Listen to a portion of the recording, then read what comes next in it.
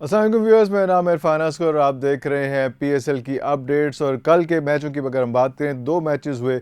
पहली दफ़ा हुआ है कि दो मैचेस हुए, क्योंकि जो पीएसएल 8 का चल रहा है उसमें एक एक मैच ही चल रहा था, लेकिन कल संडे था तो इसलिए दो मैचेस कराए गए, जिसमें पहला मैच जो था मुल्तान सुल्तान और इस्लामाबाद यूनाइटेड का था, जिसमें मुल्तान सुल्तान ने बड़े ही आराम से, बड़ी तसल्ली के साथ जो है वो इस्लामाबाद यूनाइटेड को बिल्कुल नॉकआउट कर दिया। 190 स्कोर किया मुल्तान सुल्तान ने, और सिर्फ 4 खिलाड़ी आउट हुए, जबकि जो इस्लामाबाद यूनाइटेड थे वो 138 ही कर सके 17.5 ओवर्स के अंदर। ये सिचुएशन रही। इसके अलावा जो दूसरा मैच था वो एक बड़ा टक्कर का मैच था और बड़ा ज़बरदस्त किस्म का मैच होता है वो। और उस मैच में जो है वो कराची किंग्स था और उसके साथ जो था वो लाहौर कलंदर्स था। कराची किंग्स स्ट्रगल कर रहा था। कराची किंग्स और कोयटा के साथ ये कंपटीशन चल रहा था कि किसने ज़्यादा मैच हारने, मेरा ख्याल है बाकी टीमें कोशिश कर रही ज़्यादा मैच जीतने किसने है, और ये कोयटा और कराची कोशिश कर रहे थे ज़्यादा मैच हारने किसने है। तो एक मैच जो है वो जब कोयटा और कराची का हुआ था वो कोयटा जीत गया था, लेकिन उसके बाद अब जो कल मैच हुआ है वो लाहौर का और कराची का मैच हुआ। और आपने देखा कि वो इतना कोई टक्कर का मैच होता है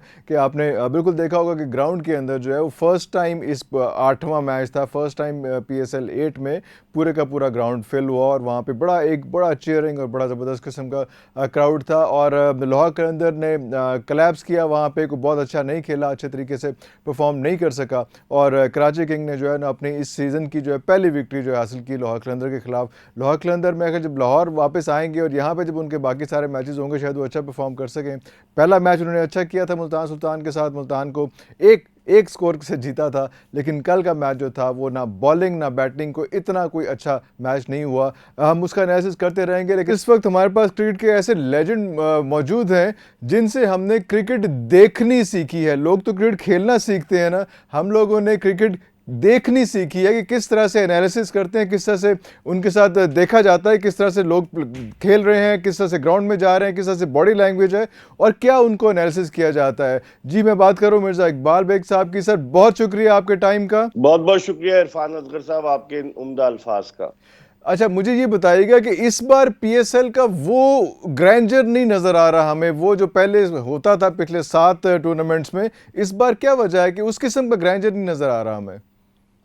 देखिए, एक तो पीएसएल की तारीख में ये पहला मौका है कि 4 शहरों में मैचेस होंगे: कराची, लाहौर, मुल्तान और रावलपिंडी। रावलपिंडी में 11 मैचेस है, मुल्तान में 5, कराची और लाहौर में 9 9 मैचेस हैं। तो इनको देखते हुए अगर आप ये कहें कि एक तो इन्होंने एक्सटेंड कर दिया है पीएसएल को, दूसरे ये कि माशी हालात भी मुल्क के ऐसे हैं, लोगों के लिए आना जाना बड़ा मुश्किल हो रहा है और रास्ते बहुत ज्यादा ब्लॉक हैं सिक्योरिटी रीजंस की वजह से।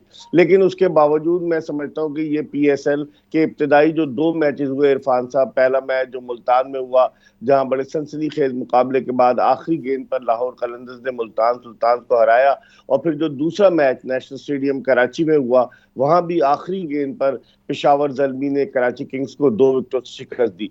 उसके बाद से जो मुकाबले हो रहे हैं वो इतने, जिसे कहना चाहिए, बहुत ज्यादा टफ नहीं हो रहे, कॉम्पिटिटिव इतने नहीं हो रहे और टीमें बआसानी जीत रही हैं।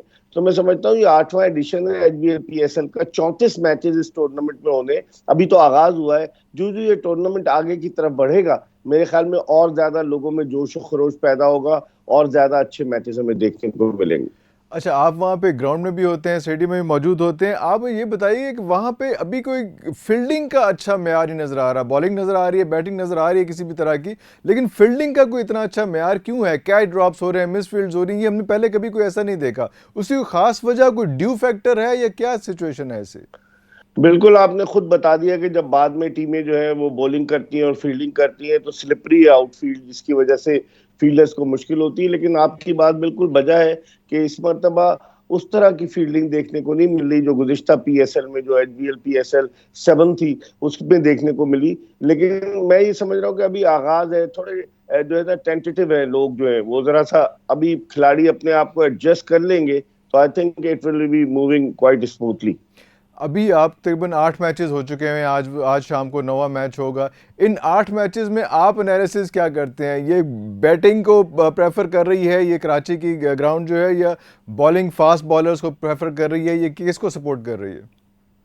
देखिए, आमतौर पर इरफान साहब जो T20 क्रिकेट है उसके बारे में कहा जाता है कि 3.5 घंटे की फिल्म होती है जिसमें लोग चौके और छक्के देखने के लिए आते हैं। इसीलिए अमूमन दुनिया में जहां पर भी क्रिकेट लीग्स होती हैं या जहां पर भी T20 इंटरनेशनल मैचेस होते हैं, वहां पर ऐसी पिचेस बनाई जाती हैं कि जहां इवन बाउंसर और बैट्समैनों को मौके मिले रन स्कोर करने की। कराची की पिच भी ऐसी ही है। कराची की पिच पर बैट्समैनों को मौके मिल रहे हैं, अगर फास्ट बॉलर आउट भी कर रहे हैं तो वो आखिरी ओवर्स में जब मार धाड़ शुरू हो जाती है और स्कोर को बढ़ाने की जरूरत होती है। लेकिन मैं समझता हूँ कराची और मुल्तान दोनों जगह पर जो मैचेस हो रहे हैं वहां की पिचेस बड़ी अच्छी है। अब तक कोई ऐसी पिच नहीं है कि खतरनाक किस्म की पिच हो जहां गेंद रुक कर आए। सारे जो मैचेस हो रहे हैं उनमें बैट्समैनों के लिए मौके बहुत ज्यादा है। आप देखें, मार्टिन गप्टिल ने कोयटा ग्लैडिएटर्स की जानिब से सेंचुरी स्कोर की, क्या उन्होंने बैटिंग की कराची किंग्स के खिलाफ। उसके अलावा रायली रॉसो जबरदस्त फॉर्म में मुल्तान सुल्तान्स के।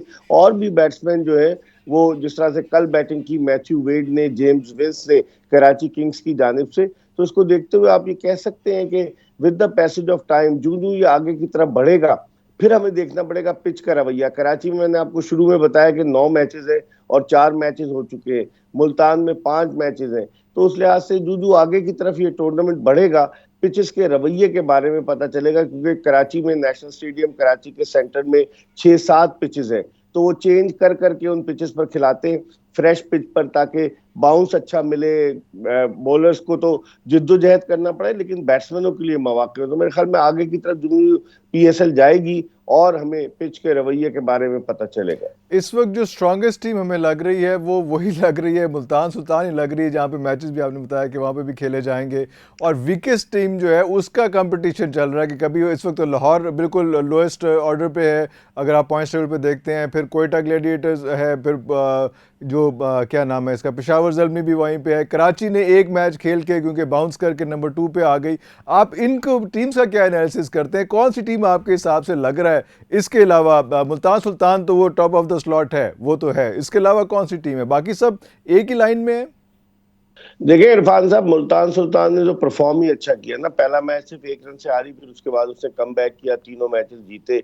और उसका जो नेट रन रेट है वो +2 का है। और ये नेट रन रेट बड़ा काउंट होगा जब जब प्लेऑफ्स के हवाले से टीमों की पोजीशन वाज़ेह होगी। लेकिन मुल्तान सुल्तान के बाद मैं देख रहा हूँ इस्लामाबाद यूनाइटेड की टीम बड़ी अच्छी है। अगरचे वो कल हार गई लेकिन उनके पास कॉम्बिनेशन अच्छा है। अब आप अंदाजा लगाएं कि जिस टीम में हसन अली टीम से उसको 11 रुकनी टीम में जगह नहीं बना पा रहा मुल्तान सुल्तान की, इस्लामाबाद इस्लामाबाद। यूनाइटेड की। तो इस्लामाबाद यूनाइटेड की टीम बड़ी तगड़ी है। अब देखते हैं कि लाहौर कलंदर्स की बॉलिंग बड़ी अच्छी है। राशिद खान उनके आ जाएंगे आज, जो लेग स्पिनर है अफगानिस्तान के। बॉलिंग अच्छी हो जाएगी लेकिन बैटिंग में लाहौर कलंदर्स स्ट्रगल कर रही है, क्योंकि सिवाय फखर जमान के कोई ऐसा बड़ा नाम नहीं है। वो मिस कर रहे हैं हैरी ब्रुक को, जो इंग्लैंड के हैं, कि जो जिन्होंने बड़ी जबरदस्त बैटिंग की थी गुज़िश्ता PSL में और सेंचुरी भी स्कोर की थी, वो अभी तक नहीं आ सके। तो मेरे ख्याल में यही टीमें हैं, इस्लामाबाद यूनाइटेड, उसके बाद मुल्तान सुल्तान के बाद, और फिर अब कल कराची किंग्स ने मैच तो जीता है, शर्जील खान को उन्होंने ड्रॉप किया। मोमेंटम गेन करेगी तो पता चलेगा, लेकिन बाज़ाहिर मुझे टॉप पे मुल्तान सुल्तान और दूसरे नंबर पर इस्लामाबाद यूनाइटेड नजर आ रही है। एक तो उन्होंने शजील खान को ड्रॉप किया, दूसरा जो है वो आकिफ आकिफ जावेद को जो उन्होंने खिलाया है।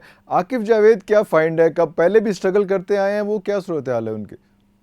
देखिए, किस्मत की देवी उन पर मेहरबान हुई। मीर हमजा जो पहला मैच था कराची किंग्स का, उस मैच में वो रन आउट करते हुए उनके हाथ पे गेंद लगी, जिसकी वजह से वो इंजर्ड हो गए, उनकी उंगली में फ्रैक्चर हो गया। और फिर आखिरी लम्हे पर आकिफ जावेद को उन्होंने शामिल किया। यंग टैलेंटेड है, इससे पहले भी खेल चुके हैं, पहली मर्तबा नहीं खेल रहे PSL। लेकिन यंगस्टर्स आप देखें इरफान साहब के, फास्ट बॉलर्स काफी उभर कर सामने आए हैं। अब आप देखें, मट्टा स्वास्थ्य में पैदा होने वाले, वहां से ताल्लुक रखने वाले एहसान उल्लाह, जिन्होंने जबरदस्त बॉलिंग की है। और लगता है कि वो जो मैचेस आगे की तरफ जाएंगे वो फाइंड ऑफ द टूर्नामेंट होंगे। इसी तरीके से उसामा मीर, मुल्तान सुल्तान के लेग स्पिनर, कल इस्लामाबाद यूनाइटेड ने अबरार अहमद को मौका दिया। तो आकिफ जावेद में पोटेंशियल है, यंगस्टर्स को मौके मिल रहे हैं इस HBL PSL में। तो अब देखते हैं कि वो कैसे यूटिलाइज करते हैं जब उन्हें चांस मिलता है। आज स्ट्रगल करेंगे, आज आपस में मुकाबला करेंगे, वो कोयटा है और पेशावर है, इसके बारे में कोई लास्ट फ्यू वर्ड्स सर? देखिए कोयटा और पेशावर को अगर आप देखें तो पेशावर की टीम जो थी वो उसने पहला मैच कराची किंग्स के खिलाफ जीता 2 रन से। लेकिन उसके बाद थोड़ी सी पेशावर की टीम अच्छी तो है, पेशावर की भी बॉलिंग जो है वो ज्यादा अच्छी है। तो अभी गैर मुल्की क्रिकेटर्स उनके पास आए तो हैं, लेकिन मुझे लग रहा है कि कोयटा का पलड़ा भारी रहेगा, क्योंकि कोयटा की टीम की कप्तानी जो कर रहे हैं सरफराज अहमद, बड़ी जबरदस्त कप्तानी कर रहे हैं। ये भी बड़ा डिफरेंस होता है। तो मैं समझता हूँ, और मोहम्मद हसनैन है कोयटा के पास नसीम शाह है, मोहम्मद नवाज है, they all play for Pakistan. तो उसे लगता है कि थोड़ा सा एडवांटेज इस मैच में कोयटा को होगा। लेकिन इरफान साहब, T20 क्रिकेट में कुछ भी नहीं कह सकते। जिस दिन जिस टीम का अच्छा दिन होता है उस दिन वो टीम जो है वो बड़ी से बड़ी मजबूत टीम को हरा देती है। Let's see, but in my opinion Quetta Gladiators को जो है थोड़ी सी बढ़तरी हासिल होगी। वहाब के बारे में कुछ कहना चाहेंगे? वो भी स्ट्रगल कर रहे हैं और कम बैक का भी प्लान है उनका कि मैं अभी जो है जवान हूं और मैंने वापस आना है। जी, आपने सही कहा। वहाब रियाज ने सन 2008 में अपने करियर का पहला वनडे इंटरनेशनल मैच खेला था, और फिर 2010 में उन्होंने अपना टेस्ट करियर शुरू किया। तो 15 साल तो उनको इंटरनेशनल क्रिकेट खेलते हुए हो गए, इन और आउट हुए। सबसे ज्यादा विकेटें उनकी 105 विकेटें इस PSL में, किसी बॉलर की इतनी नहीं है। जैसी वो बॉलिंग कर रहे थे बांग्लादेश प्रीमियर लीग में, पहले मैच में उन्होंने अच्छी बॉलिंग की, जब कराची किंग्स के खिलाफ पेशावर जलमी को 2 रन से कामयाबी मिली। लेकिन फिर उसके बाद उनकी बॉलिंग जरा इतनी अच्छी नहीं रही। फिर कोयटा के एग्जीबिशन मैच में इस PSL से पहले 6 छक्के उन्हें लगा दिए इफ्तिखार अहमद ने। तो अब देखते हैं कि वहाब रियाज अपना रिदम गेन करते हैं नहीं। कहते हैं कि तजुर्बे का कोई नेमुल बदल नहीं होता, तो वहाब रियाज का तजुर्बा क्या काम आता है पेशावर जलमी के, क्योंकि कप्तान भी रह चुके हैं, अब तो बाबर आजम कप्तान है। तो अब देखना पड़ेगा कि वहाब रियाज किस तरीके से अपना रिदम गेन करते हैं। तो आज का आपका जो है वो एनालिसिस ये है कि मैकले कोयटा ग्रेडिएटर जो है वो ज़्यादा स्ट्रांग टीम है पेशावर की निस्बत? जी हाँ, कोयटा ग्लैडिएटर्स को थोड़ी सी एज होगी, क्योंकि उनके कप्तान बड़े जबरदस्त है, सरफराज अहमद। फिर उनकी टीम का कॉम्बिनेशन अच्छा है, अब आहिस्ता से डेवलप होगा। लेकिन आज के मैच में नजरें होंगी पेशावर जलमी का जो लेफ्ट हैंडेड बैट्समैन है साइम अयूब, वो या बड़ा टैलेंटेड या क्रिकेटर है। लोग कह रहे हैं कि he is the future of Pakistan cricket. जिस तरीके से उसने बैटिंग की एहसानुल्लाह के खिलाफ, जब जलमी और मुल्तान सुल्तान का मैच था, तो देखिए आज क्या होता है। लेकिन बहरहाल बज़ाहिर ऑन पेपर तो कोयटा ग्लैडिएटर्स मुझे मजबूत नजर आती है। मिर्ज़ा इकबाल बेग साहब, बहुत शुक्रिया आपके टाइम का, थैंक यू वेरी मच। और व्यूअर्स, अभी आपको बताते चलें कि पॉइंट्स टेबल पे क्या सिचुएशन है। मुल्तान सुल्तान ने 4 मैचेस खेल लिए हुए हैं, जिनमें से 3 मैचेस जीत लिए हुए हैं और सिर्फ एक मैच हारा है जो लाहौर के साथ था, और उसके 6 पॉइंट्स हैं। और टोटल जो उसका नेट रन रेट है वो बड़ा खौफनाक किस्म का है, +2.107। इसको बीट करना जो है वो मुश्किल ही नहीं, नामुमकिन सा नज़र आ रहा है हमें। कराची ने जो है वो बाउंस किया है और कराची ने एक ही मैच जो है वो जीत के नंबर 2 के ऊपर आ गया। गो के अभी बहुत सारे मैचेस होने हैं, 30-35 मैचेस होने हैं अभी, लेकिन अभी सिचुएशन जो है पॉइंट्स टेबल का सिलसिला ऐसे ही रहेगा। कराची किंग्स एक मैच बिल्कुल लोएस्ट ऑर्डर से, एक मैच इतने अच्छे तरीके से उन्होंने जीता लाहौर कलंदर को कि वो जो है वो बहुत ऊपर आ गए हैं।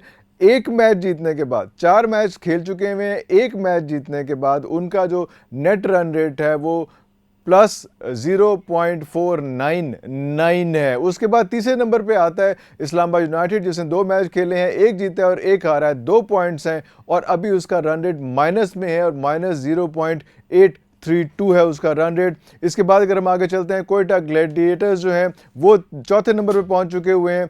2 मैचेस उन्होंने अभी तक खेले हैं और उनके एक मैच जीता है और एक मैच हारा है और -1.199 पे खड़े हुए हैं। और उसके बाद 5वें नंबर पेशावर ज़ल्मी आते हैं जो स्ट्रगल कर रहे हैं, और आज कोयटा और पेशावर का ज़रा कांटे का मैच होगा, पता चलेगा कौन सा जो है पॉइंट्स टेबल पे थोड़ी सी अपनी पोजीशन बेहतर कर सकता है। तो पेशावर ज़ल्मी जो है उसने 2 मैच खेले हैं, एक जीता है और एक हारा है, 2 पॉइंट है उसके। और उसका जो रन रेट है, रन रेट अभी तो नहीं मज़ा आएगा, लेकिन एंड में आके आप लोग रन रेट में ये सारी टीमें फंसेंगी। तो जो रन रेट है पेशावर ज़ल्मी का, उसका -1.350 है, क्योंकि वो बहुत नीचे गिर चुके हुए हैं।